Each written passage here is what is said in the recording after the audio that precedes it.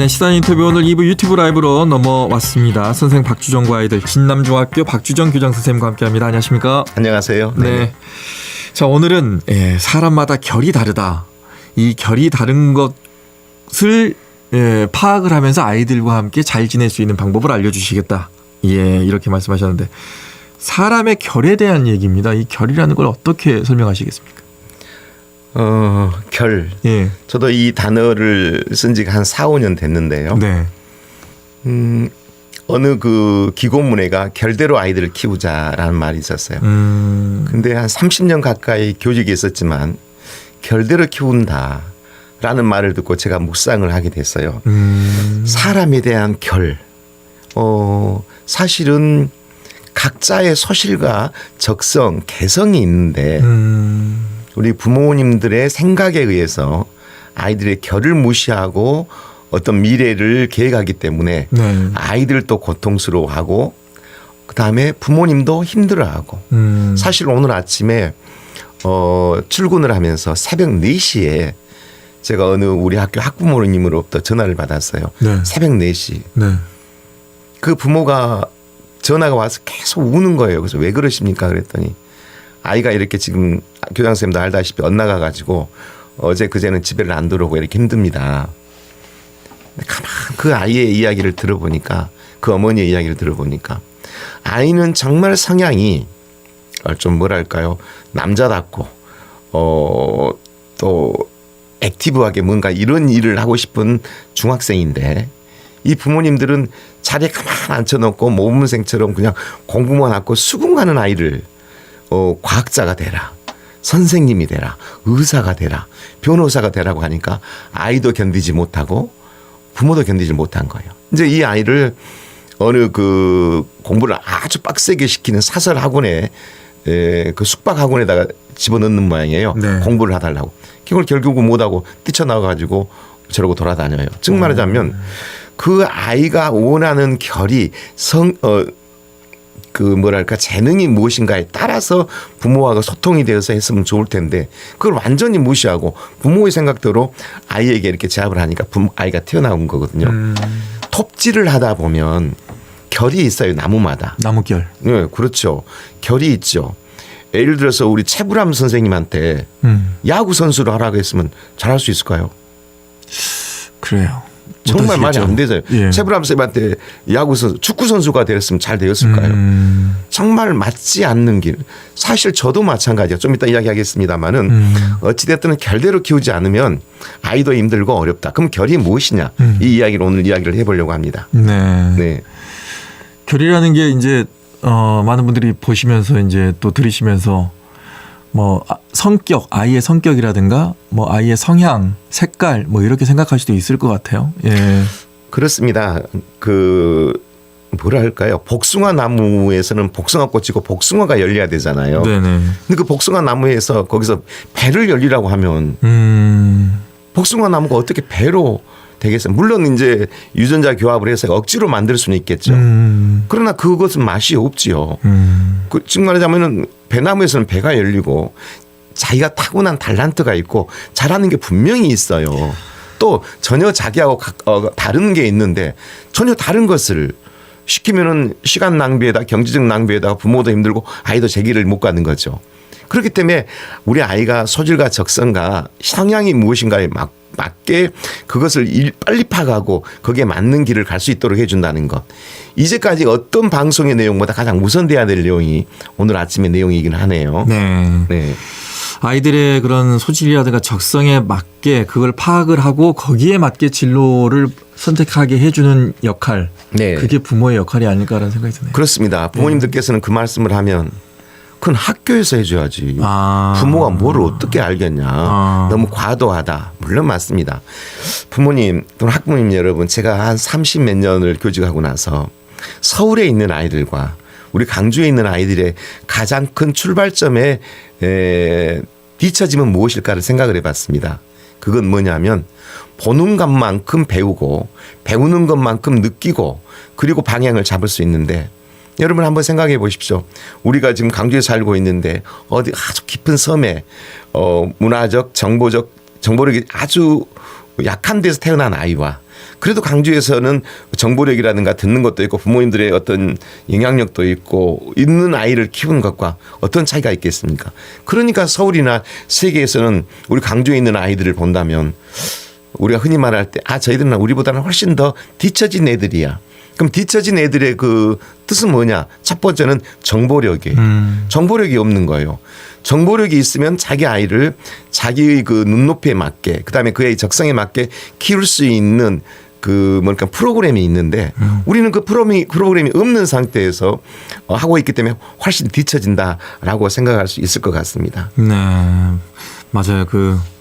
좋은 얘기 해주신 것 같아요. 보는 대로 느끼고 네. 느낀 대로 어떻게든 자기가 어디로 가야 될까 고민하게 돼 있는데. 그렇죠. 저도 그랬던 것 같기도 하고. 예. 저도 그랬습니다. 사실은 이제 나이가 60이 넘어서 이제 곧 명예퇴직을 하고 있습니다만 뒤돌아보면 제가 시골에서 태어났습니다. 네. 그 당시에는 다 어렵게 살지는 않은 사람은 없었어요. 네. 중학교 졸업하고 고등학교를 갈 수 없는 상황인 애들이 그때 70% 80%였어요. 그럼에도 불구하고 그 어려웠던 시절에 있는 사람들이 우리가 지금 만나보면 시골에서 컸던 우리보다 더 힘들게 살았던 도시에 살았던 그 자녀들은 그 당시에도 저는 62년생이니까 한 70년도에 초등학교를 다닌 거죠.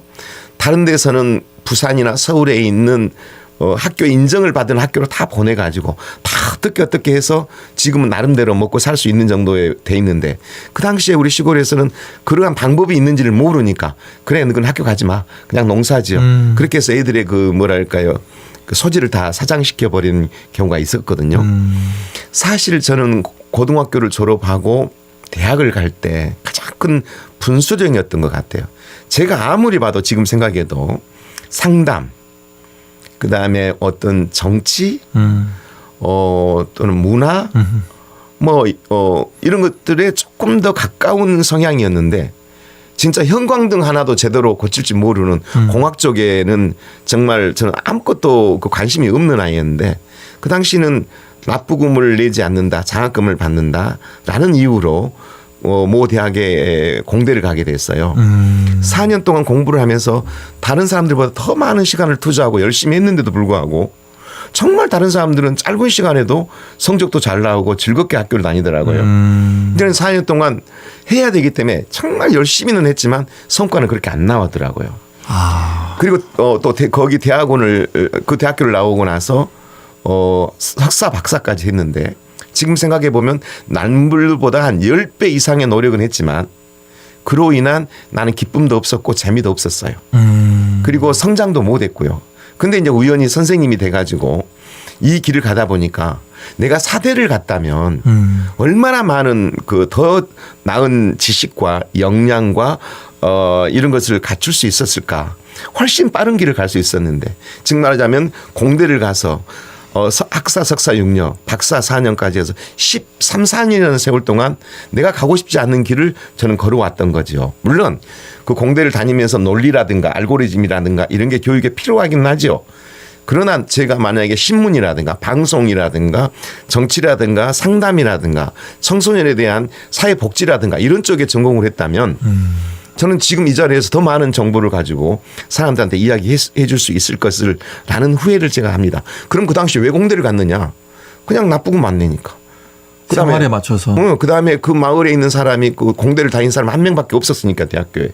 그러니까 부모님들이 아이들에 대한 저에 대한 어떤 그 가이드를 해줄 수 있는 역할이 아니었기 때문에 어떻게 생각하면 한 12년이라는 세월을 다른 길을 가고 있다가 다시 돌아와서 선생님이 되었죠.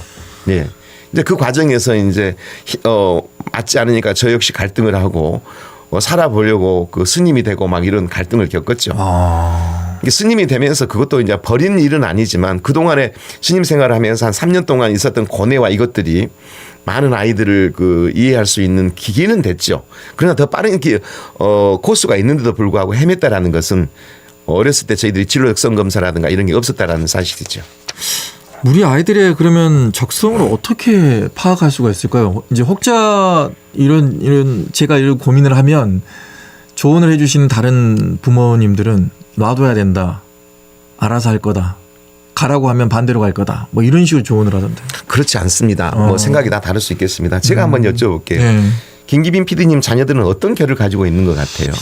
큰애는 좀 섬세하고 저랑 제가 가자고 하는 쪽으로 좀 반대로 가는 듯한 느낌?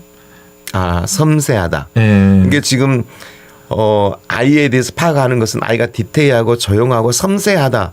이 정도만 지금 파악이 된 거죠. 그렇죠. 예. 둘째는요? 둘째는 조금은 축구 좋아하고 행동을 옮기고 예, 외향적이다. 아이들하고 좀 잘 어울리고 예. 자기 일 그냥 알아서 하고. 그러니까 우리가 이제 이걸 하는 겁니다. 네. 소위 그 큰 아이는 성향만 파악하고 있는 정도예요. 나무라는 거 아니니까 맞아요, 기분 맞아요. 나빠하지 마시죠. 큰 아이는 내향적이다. 그리고 그 혼자서 어떤 세계를 꿈꾸는 아이 같고, 두 번째 아이는 다른 아이들과 잘 어울리면서 사회 활동을 잘하고 자기의 그 의견도 잘 제시하면서 그런 두리뭉실하게 잘 커가는 아이다. 이 정도 지금 부모가 지금 우리 아이가 지금 몇 학년들이죠? 초등학교인가요? 아니요, 중3 이제 고2. 그럼요.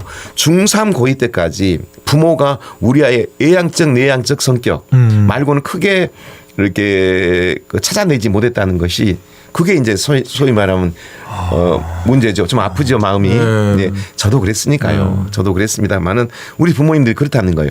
그 출발선이 그걸 빨리 초등학교 5, 6학년 때부터 파악을 하고 이제 좀 이따 말하겠습니다만 적성을 어떻게 알 수 있는가를 찾아내서 그 길을 매진할 수 있도록 만드는 부모와 지금 중학교, 고등학교가 됐는데 우리 아이는 좀 외향적인 것 같아. 우리 아이는 좀 내향적인 것 같아. 이 정도의 수준을 가지고 아이를 지도하는 것과는 차이가 크다는 거죠. 아, 그러면 그렇다면 금방 말씀하시죠. 우리 아이의 소질과 적성을 어떻게 알 수 있나요? 그렇죠. 자, 지금부터 제가 마음 먹고 말씀을 드릴게요. 네. 가장 좋은 방법은 도구화되어 있는 거예요. 자, 도구화, 기계화, 측정화, 정량화되어 있는 거예요. 그 도구가 있는 거죠. 진로 적성 검사. 진로 적성 검사지도 굉장히 많은 종류가 있어요. 지금 생각해 보면 우리 다닐 때도 진로 적성 검사지가 있었습니다. 근데 진로 그 적성 검사지는 방향은 맞았지만 지금 우리 아이들이 진로 적성 검사를 하고 있는 이 전문화된 것만큼 우리는 그때 없었어요. 또 그 당시에 우리 선생님들도 이 진로 적성 검사라는 것은 어떤 무당에게 그 아이는 뭐가 나을까요? 하는 정도의 생각으로 크게 의미를 두지 않았어요. 그때 지도 선생님들도. 그러나 객관화시켜서 그 학생의 개인적인 여러 가지를 파악했을 때 우리 아이는 어느 진로와 적성군에 합당하다라는 게 아주 세밀하게 지금 학교에서는 하고 있어요. 물론 굉장히 우리 그걸 하는 선생님들도 교육을 받고 그 적성 검사를 하고 나서 그걸 해석까지 해주게 돼 있어요. 네. 근데 그 해석까지 들어보셨나요? 아니요, 저는 안 해봤어요. 어떤 부모들은요, 우리 아이 이번에 진로 적성 검사를 했다고 하는데 부모가 이걸 봐도 무슨 말인지 모르겠습니다. 선생님, 이거에 대해서 좀 설명해 주시겠습니까? 그러면 담임선생님이 설명을 해줘요. 근데 담임선생님이 설명한 게 좀 부족해. 그럼 각 학교에 진로 교사가 있어요. 네. 진로교사가 또 의뢰해갖고 A라는 학생에 대한 것을 더 심층적으로 분석해줘요. 근데 이 부모님이 그것보다 조금 더 거리를 좁혀서 좀 더 과학적으로 더 좀 심층적인 것은 할 수 없을까요? 라고 하면 진로교사님이 그것을 정말 정밀하게 검사할 수 있는 걸 알려줘요. 제가 이렇게밖에 말할 수 없는 것은 어느 업체를 말할 수가 없지 않습니까? 그렇게 가면 거기서는 굉장히 오랜 시간 동안 여러 가지 문항을 가지고 그 아이에 맞는 A, B, C, D, E, F가 있다면 E가 A에 가깝다. 그럼 A 중에서도 또 1, 2, 3, 4 중에 어디에 가깝다. 1, 2, 3, 4 중에서도 그래도 어느 정도 굉장히 좁혀주는 거죠. 그 좁혀지는 걸 보면 부모가 우리 아이는 이러이러한 소질과 재능을 갖고 있었구나라고 객관화된 거예요. 이제 아이를 알게 된 거예요. 그 일을 할 때 부모만 주도적으로 하는 게 아니라 아이와 함께 하는 거예요. 아이들은 다른 걸 하자면 모르지만 이런 일을 하자고 하면 굉장히 즐거워해요. 왜냐하면 자기가 모르고 있는 그 내면의 세계에 자기의 능력에 대해서 알게 되니까 신기로워하죠. 그렇게 되면은 그 과정을 보면서 엄마 나는 그게 맞기는 한데 거기서 나온 것하고 조금 달라라고 또 아이의 이야기를 좀 들어요. 그리고 난 다음에 그러면 우리가 이러이러한 직업군에 이러이러한 것이 있는데 막연히 그래 너는 선생님이 되면 좋겠다.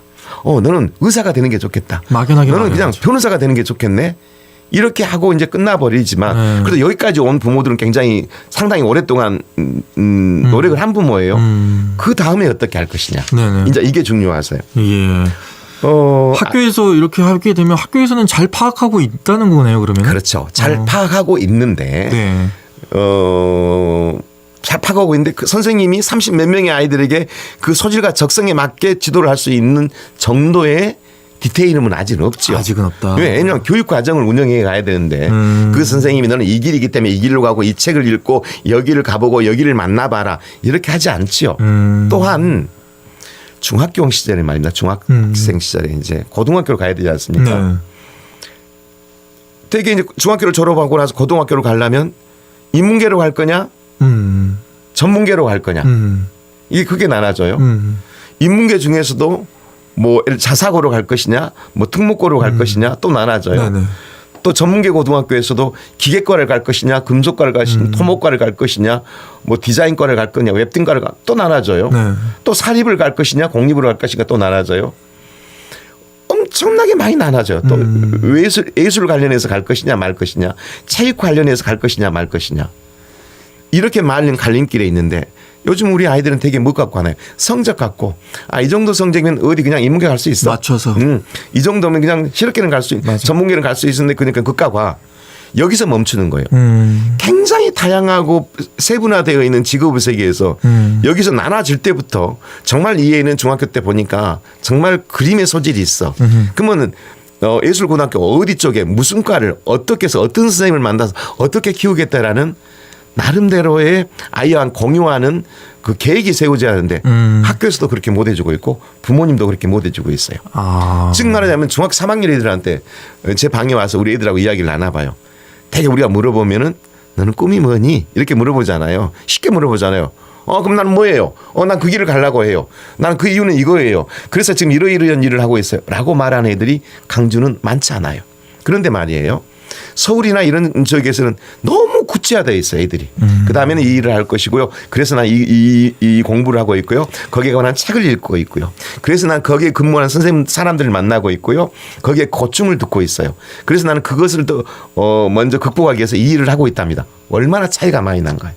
그 차이가 나기 때문에 이 시작부터가 우리는 너무나 늦다라는 거죠. 그래서 강주에 있는 진로 교사님들이 노력을 많이 하고 있고 교육청에서도 하고 있지만 그분들만 믿지 말고 부모님들도 우리 아이의 어떤 그 데이터가 나오면 그걸 가지고 조금 더 진척돼 가는 상황을 가야겠다. 10명 중에 7명은 아직도 자기 꿈인지를 모르겠다라고 말하고 있습니다. 아이도 모르는데 부모는 더 모를 수밖에 없을 것 같아요. 그렇죠. 네. 그러면 어떻게 할까? 네네. 아이도 잘 모르는데 부모가 뭘 어떻게 할까? 그래서 제가 말한 대로 1. 학교에서 이러이러한 적성검사, 진로검사를 해주었다. 2. 그거에 대한 아이와 충분히 이야기를 좀 들어본다. 3. 학교로 가서 담임선생님과 또는 진로선생님과 이 적성검사에 대한 또는 진로에 대한 이야기를 구체적으로 들어본다. 4. 그러면 진로선생님한테 우리 아이가 만약에 A라는 직장을 가고 싶고 A라는 꿈에 적성이 맞다면 어떻게 하면 좋겠습니까? 라고 물어본다. 5.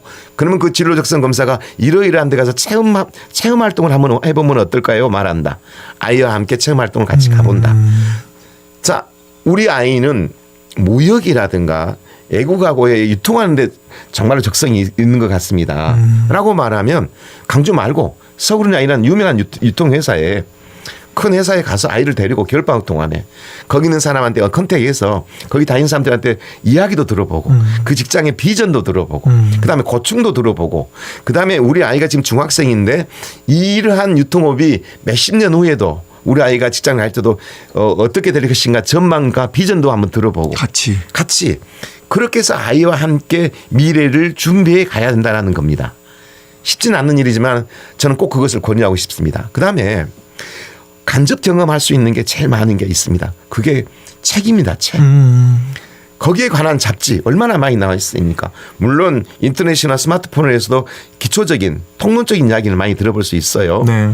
디자이너가 되고 싶다 하면 디자이너가 된 사람도 만나보고 디자이너가 직장도 물어보고 그다음에 디자이너에 관한 책도 읽어보고 또 인터뷰도 하고 또 그리고 나서 자기의 세계를 위해서는 어떤 계획을 세울 것인가 부모도 이야기도 해보고 그렇게 해서 아이의 진로를 함께 도와주는 부모. 아침 일찍 여러분한테 너무 많은 부담을 준 것이 사실입니다.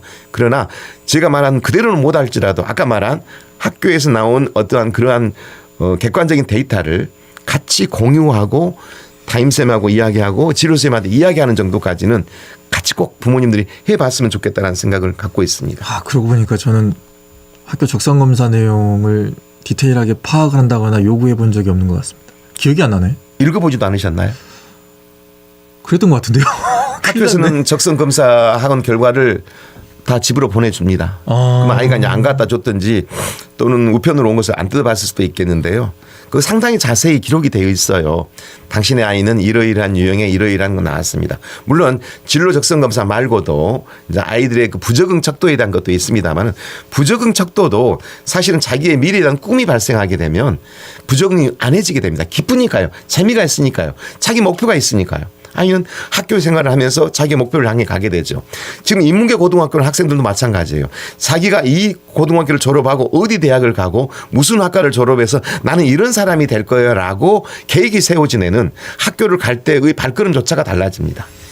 꼭 필요합니다. 아, 제가 그거를 파악을 못하면 아이랑 어떻게 얘기를 하면서 어떻게 나왔냐고 물어라도 봐야 되겠네요. 아이한테. 그렇죠. 그걸 서로 간에 이제 공유하게 되면 거리가 생기고 거리가 생기면 이야기를 나누다 보면 유대감이 생기고 방법이 찾아지게 되는 거죠. 당장 가서 오늘 가서 물어봐야 되겠네요. 네. 방학이니까 빨리 물어봐야 될 것 같습니다. 다음 주에 꼭 확인해 보겠습니다.